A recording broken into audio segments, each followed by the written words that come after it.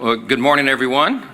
Joining us this morning for the latest updates, we have some members of the Republican Governance Group, one of our most active caucuses in the Republican side.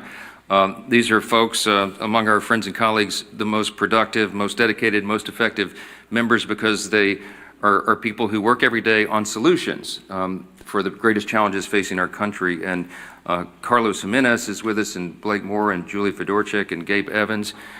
Beth Van Dyne may be joining us. I think she had a flight delay.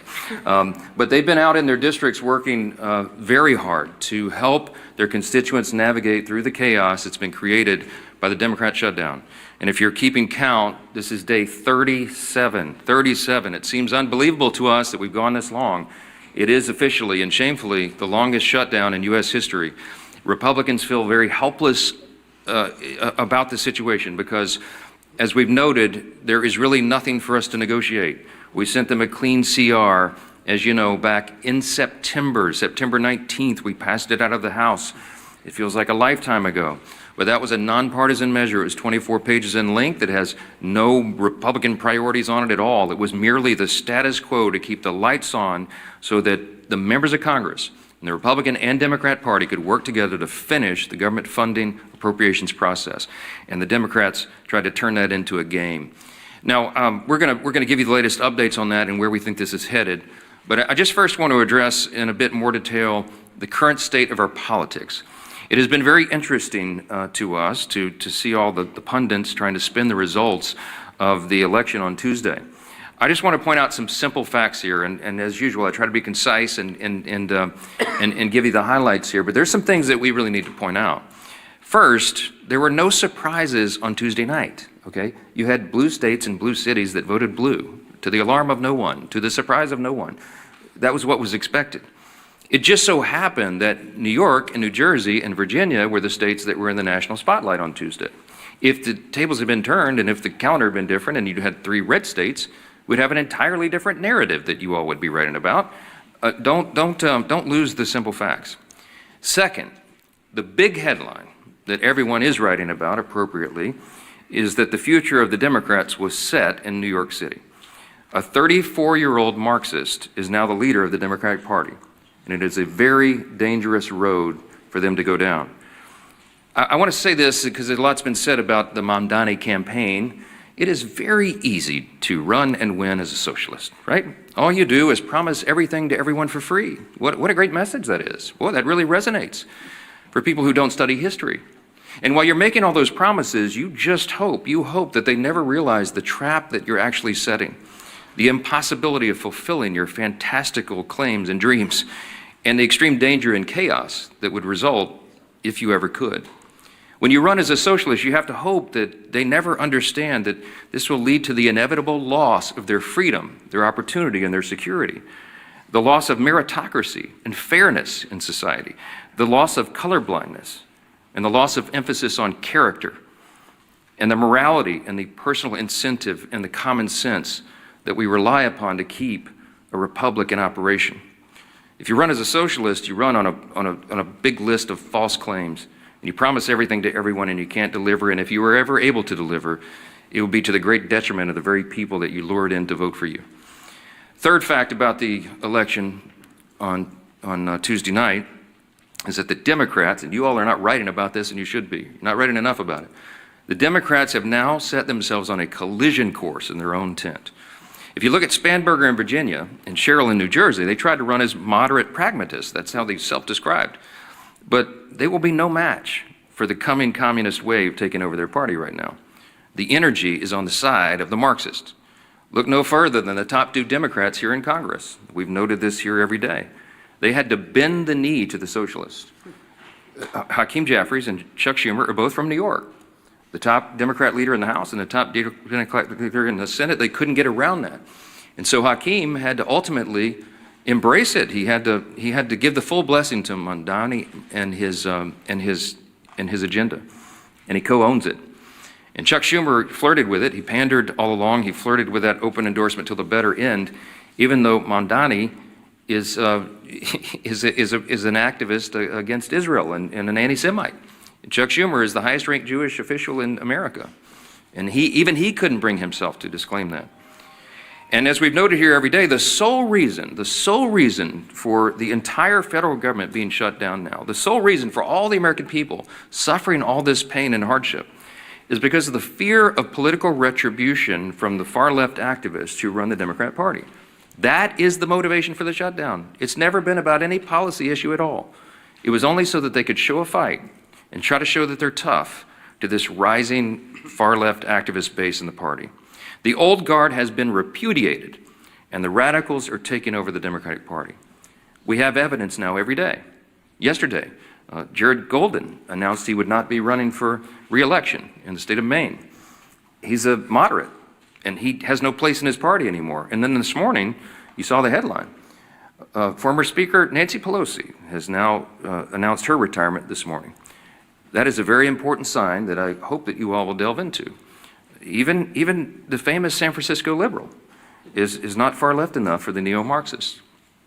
We commend her for her services. We all do, everyone who serves in Congress, but there should be a lot written about that. Fourth point I just want to make in the aftermath of Tuesday is that off-year election results in isolated places are never indicative of the upcoming midterm election.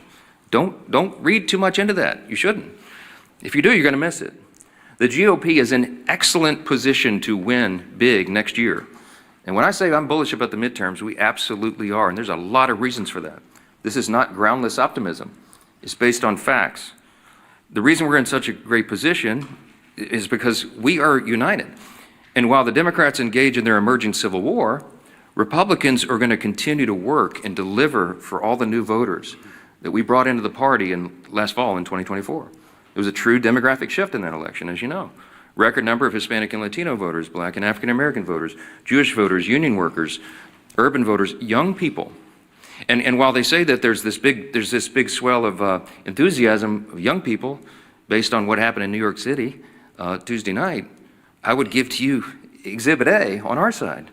Maybe you're not noticing, but the turning point events at college campuses all around the country are setting records for attendance.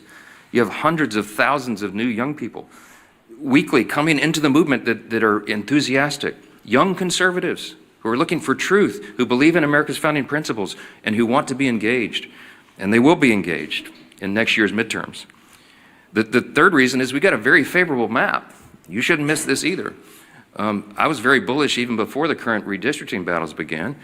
As we sit here today, there are 13 House Democrats sitting in districts that President Trump won. There's another 21 of them in districts he came within 5 points of winning. There's only three House Republicans sitting in districts that Kamala Harris won. That's a lopsided map. And after redistricting, we think we'll net a few more seats, handful, maybe 6 to 8. We're in very good position to make history and grow this majority. And finally, I'll just leave you with this. The reason we're so enthusiastic about running next year is we have a real record to run on. Mondami and Democrats want to talk about affordability. We love that subject. We love it. Look at the facts. I brought some this morning. It's the Republicans who are working every day to make life more affordable for working families. And it's not a talking point for us. We are delivering. After 4 long years of skyrocketing prices under the Biden administration, we had to take over. You don't flip a switch and reverse that overnight. It takes a while to work those policies out of the system and to get the new ones in. President Trump and Republicans are delivering results for the American people that they can see and feel. To date, we've seen core inflation is nearing its lowest level in 4 years. Gas prices have fallen to a 4-year low. Prices for everyday goods continue to decline, and blue-collar workers are seeing the largest increase in wage growth in nearly 6 decades. That's the result of our policies. And Congress, House Republicans are working hand in hand with President Trump to advance his affordability agenda. It is President Trump who ran on that. It's President Trump who's delivering on that. And we are all partners in that new effort to make America great again. It begins with the economy, and we know that. We're laser focused on making a difference in the lives of hardworking American families. Here's another demonstration, the Working Families Tax Cut. It is aptly named. It's the largest tax cut in U.S. history for working and middle-class Americans. You got Bernie Sanders running around. They're talking about the billionaires. It's not this. That's the opposite of the truth. Look at the facts. That bill was written for lower and middle-class earners, and they are the ones that will feel the positive effects going into next year. We included in that, as you know, no tax on tips, no tax on overtime, real tax relief for seniors. These are the kinds of things that people feel, and they see that we're making good on our promises. We've made historic investments in American energy dominance to drive down the cost of gasoline and groceries. And we're grounding every decision we make in common sense. That's what we restored. That's what we ran on. That's what we're delivering. A return to common sense, not the woke progressive nonsense that they delivered for 4 years, not the spending like drunken sailors that drove cost up for everything with inflation. We're restoring common sense, fiscal responsibility. We're good stewards of taxpayer dollars, and we're refusing to cave right now, today, to the Democrats' wild demand to spend $1.5 trillion in new spending. That is taxpayer dollars, that's your money, that they want to spend to reopen the government. That's their counterproposal. That's why we're not having a negotiation with them. It's ridiculous. Included in the $1.5 trillion that they want to spend is $200 billion, almost $200 billion, to restore health care benefits to illegal aliens. That is taxpayer money that they want to spend for that. They want to send billions of dollars back overseas for social programs in foreign countries. We're not doing that. They want to give $500 million back to the Corporation for Public Broadcasting to prop up left-leaning news organizations. We're not doing that. And by the way, in the middle of all this, they want to cut $50 billion from the Rural Hospital Fund. They can't tell you they care about health care since they put that in their proposal. We're grounding every decision in common sense, and Democrats had their chance. When they controlled Washington, look at the history, don't forget it. This was just a year ago. You know what we inherited? They left us with a 40-year high inflation, higher taxes and energy prices, and massive instability around the world. And what did they do in June of this year? This is the most recent history no one can forget. They voted against no tax on tips. They voted against no taxes on Social Security. They voted against a larger child tax credit. The Democrats in the House and Senate voted against lower energy prices, against more American manufacturing and jobs, and against lowering health care premiums by 12%. That provision, the cost sharing reduction provision, was in the House version of the Working Families Tax Cut, the big beautiful bill. We sent it over to the Senate, and they worked to strike it out of the bill. Ask the Senate Democrats about that. Right now, they've created another mess. They've created a mess for America with this pointless government shutdown. The Democrats will tell you that they're feeling emboldened. They're feeling emboldened because they had a few blue state election results. It does not change the fact that they have walked their party off a cliff with no parachute and no path forward. The reason we're stuck right now is because of one simple fact. If they vote to reopen the government, the Senate Democrats are afraid that the radicals in their party will say that they caved. They're afraid of the retribution that will come from that. But if they keep the government shut down, they know very well, as we all do, that millions of Americans will continue to suffer as essential services remain unfunded and paychecks to federal workers continue to stay stalled. So our question for Democrats this morning is this: which constituency matters more? The loud radicals in your party or the hardworking American people? I can tell you which side the Republicans are on.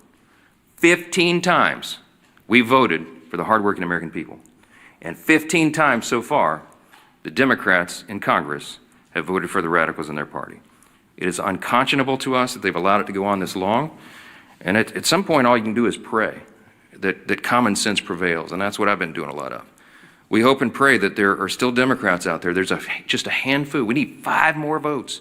5 centrist, common sense Democrats in the Senate to come to those senses and do the right thing. It's time for them to put their country first. I'm delighted to introduce the next speaker, and he's a congressman from Miami. He's a former mayor of the county down there, and he has been in charge. He served as a police officer, but he was the chief of the fire department down there. I mean, the guy's resume is longer than almost anybody in Congress, and as a son of a firefighter, I always take personal delight in reminding everybody he's the only career firefighter paramedic in Congress. He's doing a great job, and he serves as vice chairman of the Republican Governance Group, one of our largest and most active caucuses I mentioned, and we're truly grateful to have him here to discuss some of these consequences of the government shutdown. Glad to have you. Carlos, come on up.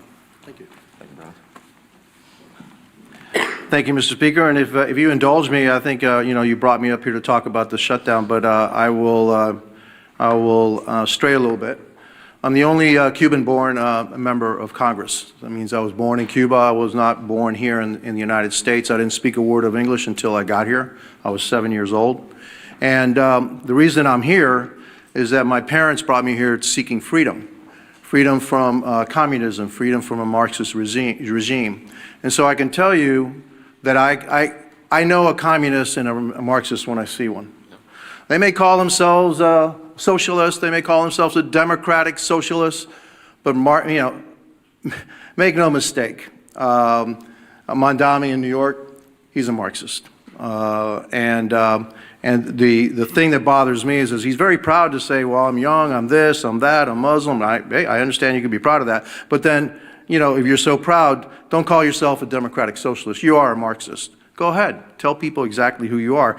He couldn't, and he can't because he knew he wouldn't get elected.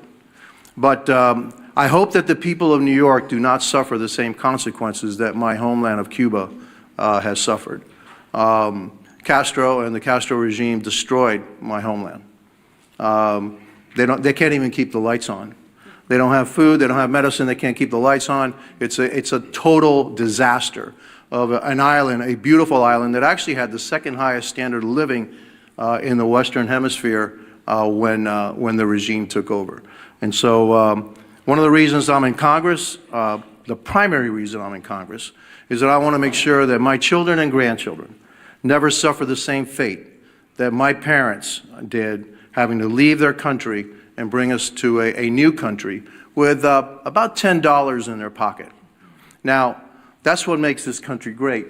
My parents came here with $10 in their pocket and a watch. By the way, I still have that watch. All right. And here I am. Their son was a firefighter.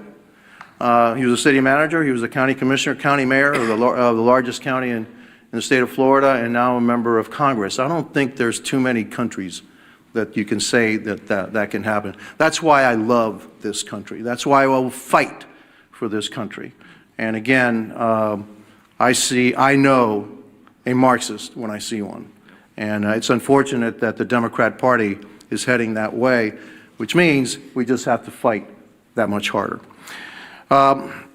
Here to talk about the shutdown. And so, I'm Congressman Carlos Jimenez again. I represent the state of Florida, Miami and the Keys. Today I'm standing in for my friend, RG2 Chairman David Valadeo of California, with one clear message, and I want to thank also the other members of RG2 that are here.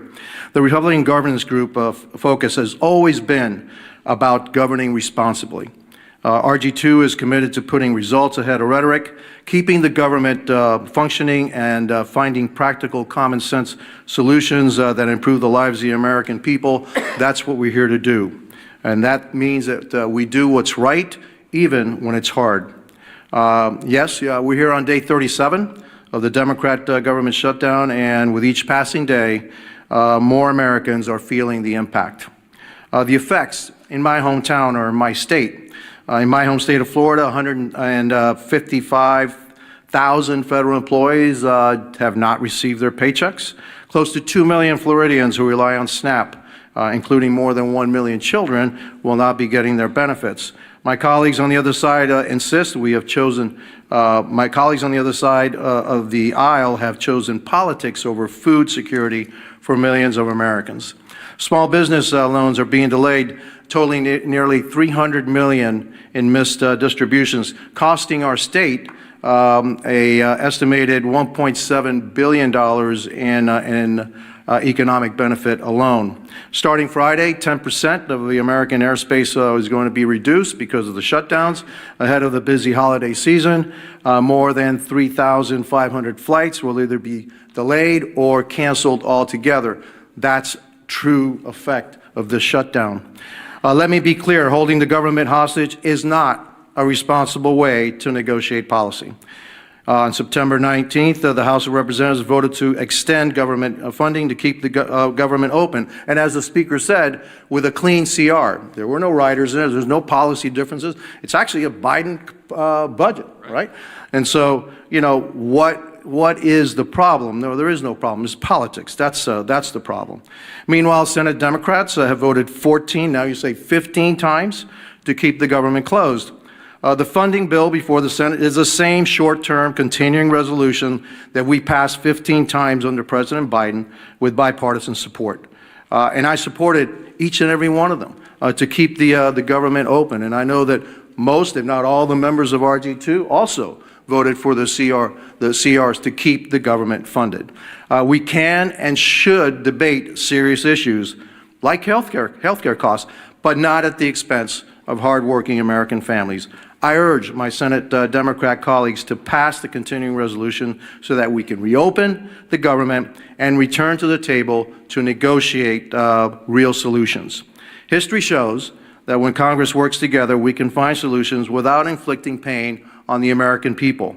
I urge Senate Democrats again to reopen the government, end the suffering, and then join us in crafting meaningful bipartisan policy meant to improve the lives of everyday Americans.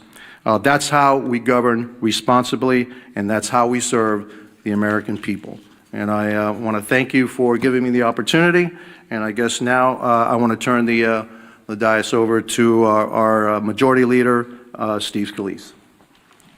Well, thank you, Carlos. And what an honor it is to follow my dear friend Carlos Jimenez, who really is the epitome of the American dream. You know, when you hear stories like his, sad stories, the root of it, having to flee your home country because Cuba fell to Marxism, to communism. But luckily, for people like Carlos, all around the world, there's one place that they can look to if they want a North Star. If they still believe in freedom, they yearn for that desire, and then it fails in their home country, they can look to the United States because the United States represents freedom all around the world. And how dangerous of a position that is when Marxists from within try to change it here, try to unravel what makes America so great. And as Carlos came to seek that freedom that millions others have as well, like my great-grandparents who came from Italy to seek that same freedom. Ronald Reagan said it best: freedom is only one generation away from extinction if we don't fight to defend it. Those words of Reagan still ring true today because, Carlos, we will continue to fight for freedom. But it's not an empty fight. There are people on the other side here in America that are pushing back, that want to destroy that capitalist free market system. And so when you look at the results of the election, anybody that wants to go celebrate a blue state voting blue, what they're not acknowledging is what happened in a city like New York. It reverberates.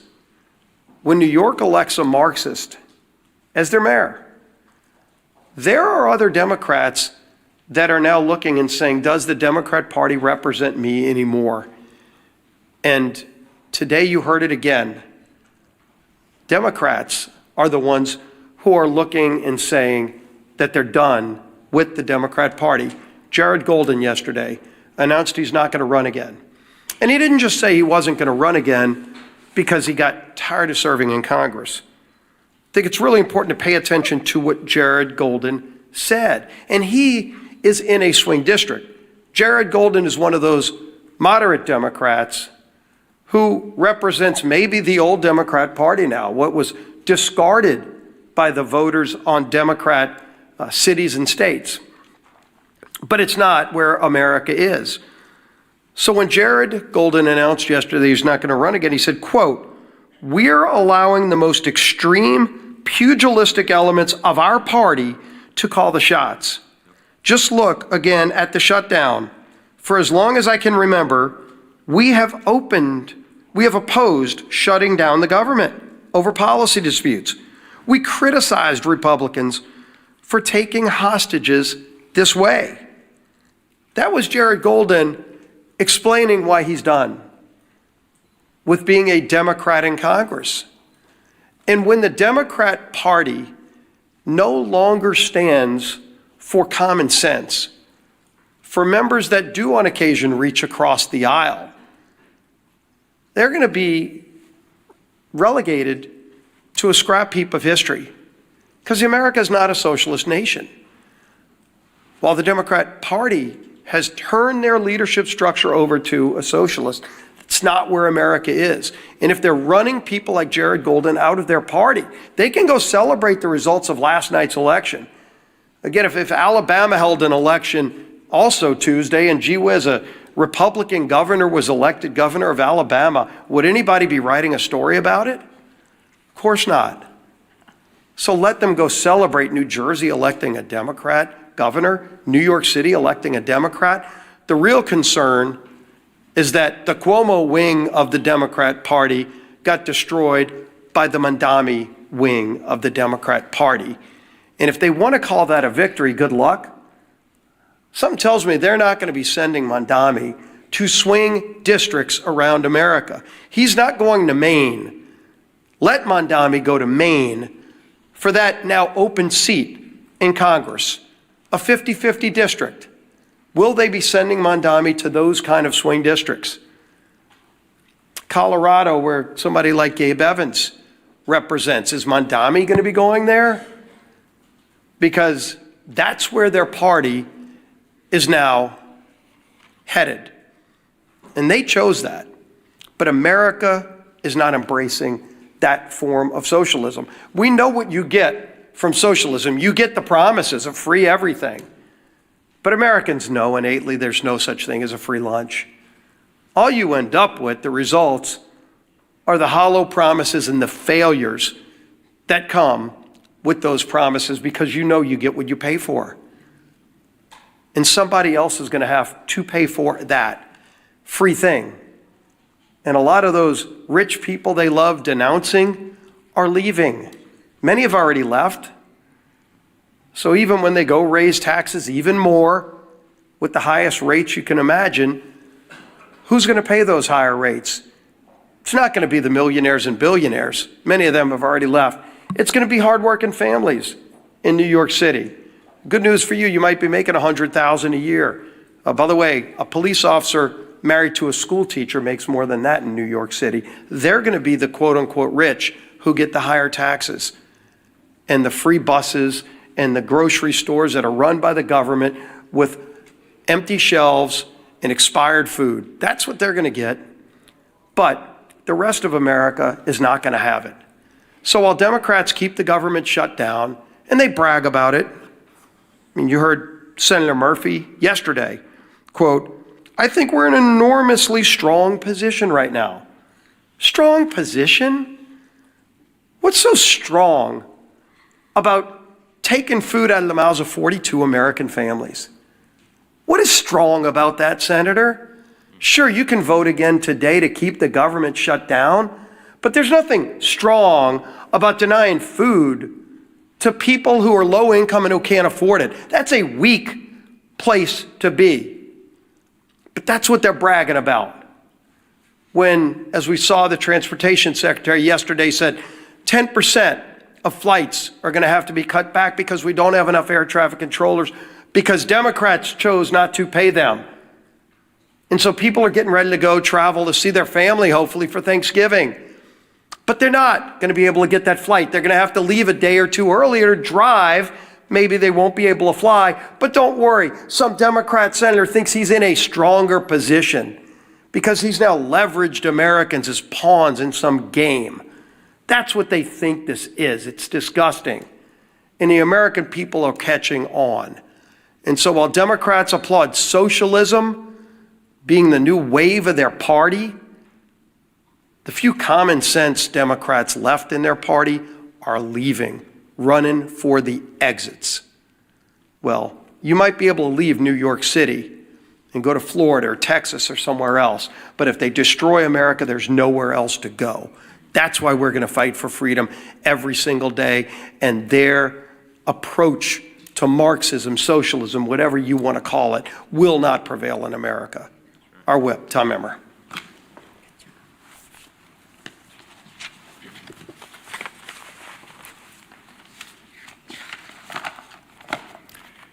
It's day 37 of the Democrat government shutdown, and one thing has become clearer, more clear now than ever. The Democrat Party of today is not your grandparents' Democrat Party. They refuse to govern. They resort to hostage-taking when they don't get their way. They routinely put politics before people. And now they have made communists and assassination fantasizers the pillars of their party. Democrats claim they want to make life more affordable for hardworking Americans, but every time that they've had the majorities in Congress and a Democrat president in the White House, they've done the exact opposite. Take the American Rescue Plan under Joe Biden, for example, which was later deemed by economic experts as the, quote, original sin that led to double-digit inflation. Or look at the Affordable Care Act, which is so unaffordable, they have to pay people to use it. The Democrats have no moral high ground to stand on when it comes to good governance. They don't know what it is. And when they claim that they're fighting for you, do not believe them. Because if this shutdown has taught us anything, it's that the Democrats will willingly inflict pain on the American people if they think it gives them political leverage. Their kamikaze politicians and their constituents deserve better. In stark contrast, however, Republicans have done our jobs. We passed a nonpartisan government funding bill out of the House over a month ago. All we need, as the Speaker said earlier, is just 5 Democrats in the Senate to grow a spine, stand up to the radicals in their party, and join us in getting our clean CR to the president's desk. Enough is enough. It's past time for Democrats to end the political games and reopen the government for the people they were elected to serve. Our conference chair, Lisa McClain. Thank you. Well, good morning, everybody. Again, here we are. Yesterday, Americans woke up to an unthinkable reality. And Carlos touched on it earlier. A communist was elected mayor in America's largest city. How did this happen? Ask yourself, how did this happen? It happened because a small socialist portion of this country took control of the Democrat Party. A party that is now apparently united behind a socialist agenda. And slogans always seem to start with the same word, free. Free food, free rent, free buses, right? I feel like I'm at an Oprah Winfrey show. You get a car and you get a car. Well, this isn't the Oprah Winfrey show. And like many of you, my parents taught me a really good lesson when I was young. Nothing is free. Everything comes with a cost. Absolutely nothing is free. We all learned that. Look no further than the Democrats' disastrous shutdown plan. They want to give free health care to illegals. Come to our country. We'll give you, illegally mind you, we'll give you free health care on the backs of hard-working Americans.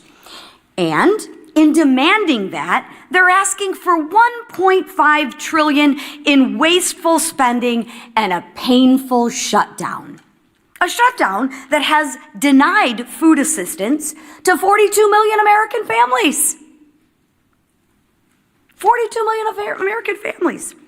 A shutdown that has forced law enforcement to work without pay. But don't worry, I'm sure those law enforcement agents can go and get free food from their local grocery store and somebody will pay their free rent, right? Yeah, I live in reality, not fantasy. The Democrats want to jeopardize our national security. And now, flights have been reduced by 10% at 40 of our major airports. I think air traffic, like when you get on a plane, what's next? Like your plane rides are going to be free too? I mean, why stop at food and buses? Let's just give everything free.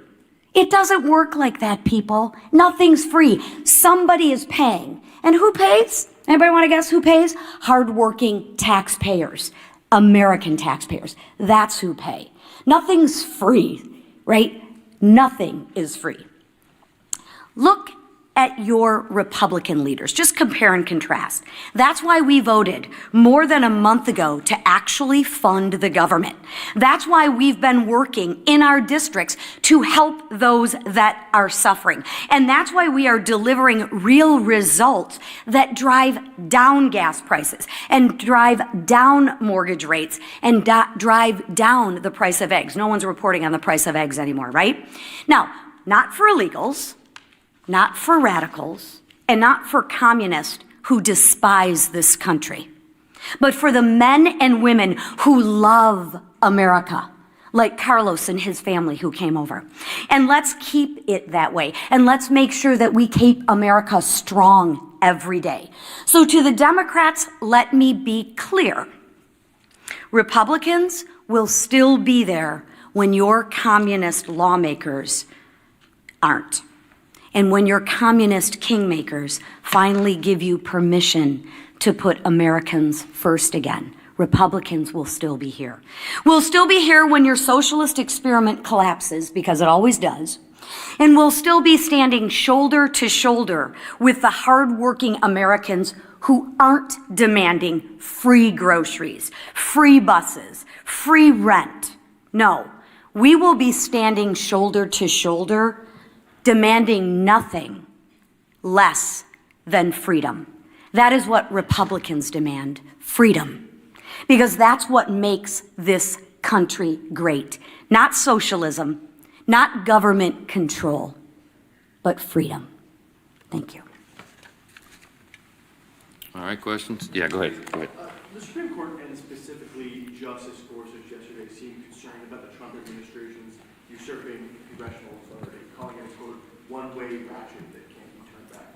What's your response to that? Are the justices right to be concerned that Congress isn't fulfilling its constitutional obligations? I don't find myself in disagreement with Justice Gorsuch too often, but I think he's missed the mark on this one. First of all, I don't think you should read too much into the questioning that you heard at the Supreme Court. I mean, this is part of judicial review. It's a cherished part of that tradition. I used to be one of those litigators. I did constitutional law, oral argument, and I would have liked to have argued that case yesterday, because I think the law is clearly on the side of what the administration has done. I'll remind you that I'm a jealous guardian of Article 1. You know, the legislative branch of government in our constitutional system is the most important. It was placed first in prominence. And that's true. And while Congress has a role to play in tariffs and related trade and economic policy, the executive branch does as well. And I think the president has used that well within the bounds of what he's allowed to do, because he's addressing what was truly a crisis for the country. The trade disparity had gone on for decades. It was creating a real imbalance, and it was adversely affecting American people and consumers. Remember that he ran on this idea. He talked about tariffs on the campaign trail, and he got a popular and electoral college mandate in the election.